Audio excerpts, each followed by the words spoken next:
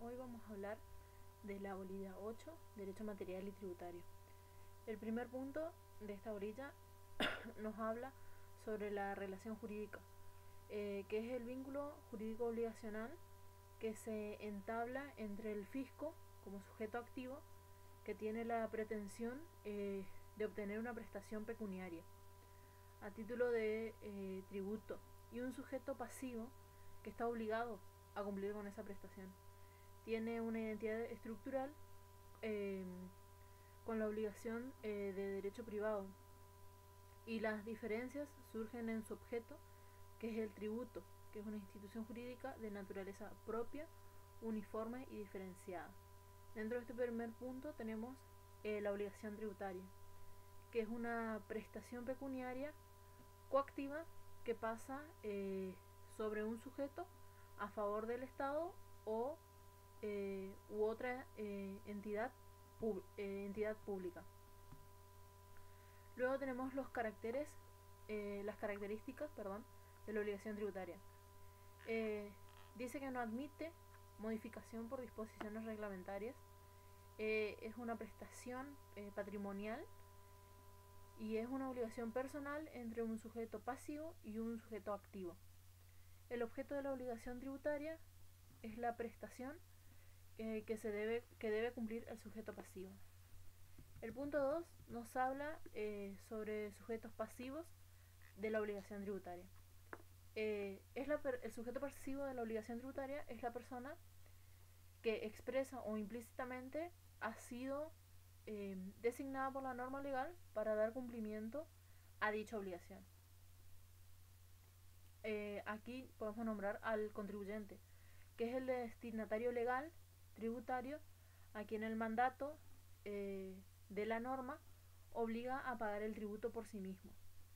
Como es el realizador del hecho imponible, es un deudor a título propio.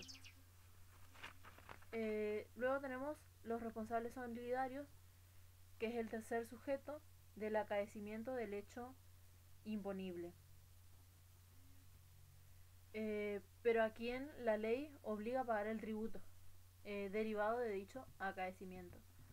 Luego tenemos los agentes de retención. Es un deudor del contribuyente o alguien que por su función pública, actividad, oficio u profesión se halla en contacto directo con un importe pecuniario de propiedad del contribuyente o que éste debe recibir, ante lo cual tiene la posibilidad de capturar una parte que le corresponde al fisco en concepto de tributo. Luego tenemos los sustitutos. Es aquel sujeto ajeno al acaecimiento del hecho imponible, que sin embargo, y por disposición de la ley, ocupa el lugar del destinatario legal tributario, desplazando a este último de la relación tributaria. Esto quiere decir que es el que paga en lugar de. Luego tenemos el domicilio fiscal. Para hablar de domicilio fiscal, nos tenemos que remitir al artículo número 3 de la ley 11.683, que hace referencia a distintas consideraciones respecto al domicilio fiscal. Este artículo nos dice que en el caso de las personas de existencia visible, cuando el domicilio real no coincida con el lugar donde está situada la dirección o administración principal y efectiva de su actividad, este último será el domicilio fiscal.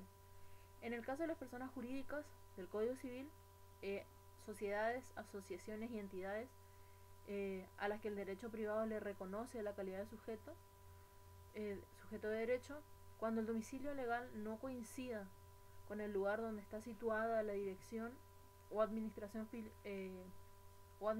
principal y efectiva, este último será el domicilio fiscal. Luego habla de los contribuyentes o demás responsables domiciliados en el extranjero y que no tengan representantes dentro del país, o no se pueda establecer el domicilio de estos últimos.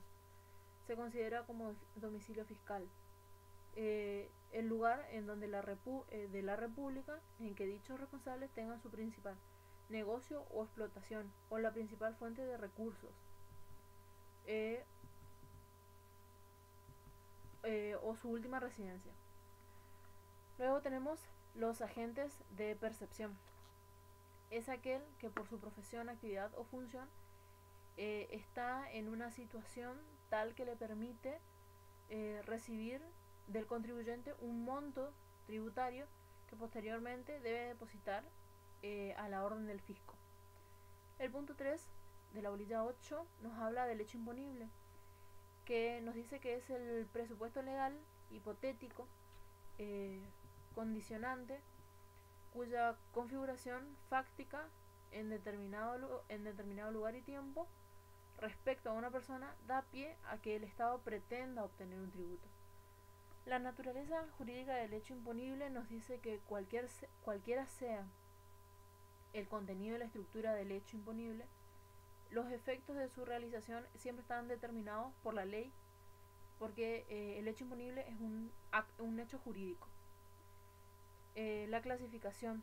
Tenemos objetivos, que es el hecho considerado en sí mismo, aislado de cualquier consideración personal, y lo subjetivo es el vínculo que une el elemento objetivo con una determinada persona.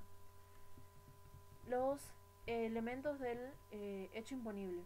Tenemos el elemento material, que puede consistir en una situación patrimonial, el elemento espacial, que hace referencia a los límites y el alcance del poder tributario dentro de un Estado. Temporal responde a cuándo y en qué momento nace la obligación tributaria y en qué momento se devenga el tributo. Luego tenemos el elemento personal, que hace referencia a quién es el obligado por el hecho imponible. El cuarto punto de esta bolilla nos habla de la extinción de la obligación tributaria. La obligación tributaria se puede extinguir de diferentes maneras. La principal es el pago, que es el cumplimiento de la prestación. Esta se encuentra regulado dentro del artículo 20 de la ley 11.683. Luego tenemos otra forma, que es la imputación, que es cuando la suma de dinero ingresado corresponde exactamente a la deuda que se debe pagar. En este caso se debe determinar qué se va a pagar y en qué y de qué manera. Esto se encuentra regularizado dentro del artículo 26 de la ley 11.683. Luego tenemos la compensación, que tiene lugar cuando dos personas, por derecho propio, reúnen la calidad de deudor y acreedor recíprocamente. Esto se encuentra dentro del artículo 28 de la ley 11.683. Luego tenemos la novación, que es cuando se cambia una deuda por otra. Dentro del derecho financiero no existe novación, pero sí existe dentro del derecho, dentro del Código Civil. Luego tenemos la prescripción, que es la configuración que se configura cuando un deudor queda liberado de su obligación por la inacción del Estado durante un cierto periodo. Dentro de la ley 11.683 se regula la prescripción desde el artículo 56 al 69, que básicamente dice que se opera en el término de 5 años, el cual que en ese periodo si el Estado no realiza acción luego de terminado ese periodo, ya no puede reclamar el pago de la deuda. Como final de esta bolilla tenemos el punto 5, que nos habla sobre el anticipo impositivo. El anticipo impositivo es un derecho que tiene el Estado a cobrar por un hecho imponible que todavía no ha sucedido, que puede ser como ejemplo el impuesto a las ganancias y los bienes personales. Esto puede ser reclamado judicialmente en caso de que los ingresos a la fecha del vencimiento del anticipo impositivo no sea pagado. Esto se encuentra regulado dentro del artículo 21 de la ley 11.683. Y de esta manera terminamos la bolilla 8.